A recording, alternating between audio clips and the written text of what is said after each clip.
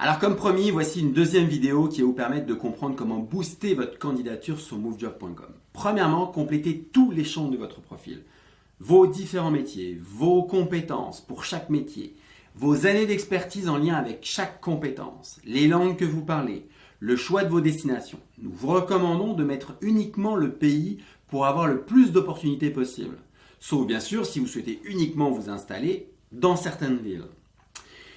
Le type de contrat que vous recherchez. Si vous souhaitez immigrer sur le long terme, nous vous recommandons de cocher temporaire et permanent.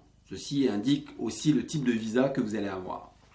Si vous acceptez aussi des contrats en sous-traitance ou le travail à distance, cochez ceci dans votre profil.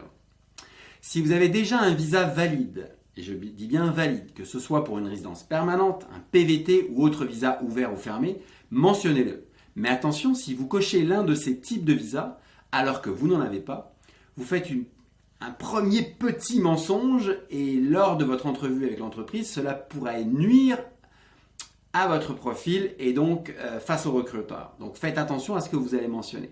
Si vous souhaitez bénéficier de services de nos partenaires sur la plateforme, comme des conseils en immigration, via un consultant ou un avocat en immigration, si vous voulez des conseils en accompagnement dans le recrutement, donc parler à des experts RH, si vous avez besoin d'aide en relocalisation, trouver un logement, une école, faire des démarches administratives ou autres, si vous êtes à la recherche d'une formation académique, une école, un centre de formation, une université, ou encore une institution financière, une banque ou autre, des services professionnels en acquisition d'entreprise, vous êtes un investisseur, vous voulez avoir de l'information, mettez-le. Vous voulez passer des tests psychométriques ou vous avez besoin d'un partenaire dans votre projet de formation, n'hésitez pas à le faire savoir. Remplissez aussi l'onglet sur les valeurs, ça donnera un premier avis à la personne qui vous passera en entrevue concernant ce qui est important pour vous dans votre milieu professionnel. Vous avez aussi des champs sur votre état civil, vous avez aussi des champs sur les réseaux sociaux, vous allez pouvoir mettre les liens sur vos différents réseaux sociaux. Et important, vous pouvez aussi passer un test de personnalité en ligne et y inclure le lien dans votre profil. Je rappelle qu'un test de personnalité n'est pas avec des bonnes ou des mauvaises réponses, c'est tout simplement apprendre à mieux vous connaître et surtout pour le recruteur.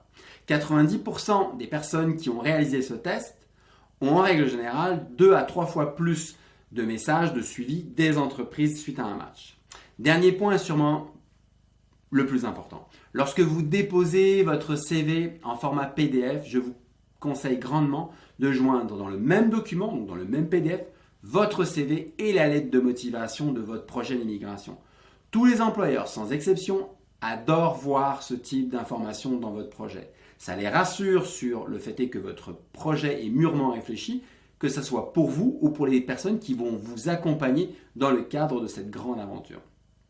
Important aussi, conservez toujours ce PDF, donc CV et lettre de motivation, dans votre téléphone cellulaire, ce qui, dans le cas où on se rencontrerait dans un salon d'emploi, vous permettrait de matcher plus rapidement avec nos clients sur le salon. Rappel, soyez réactif lorsque vous recevez un courriel vous précisant que vous venez d'avoir un match, car une entreprise qui est active en recrutement international est souvent en contact avec plusieurs candidats potentiels. Et ça serait dommage, par manque de réactivité, que vous passiez à côté de cette opportunité. Alors, je vous souhaite beaucoup de succès et n'oubliez pas, les belles histoires commencent ici.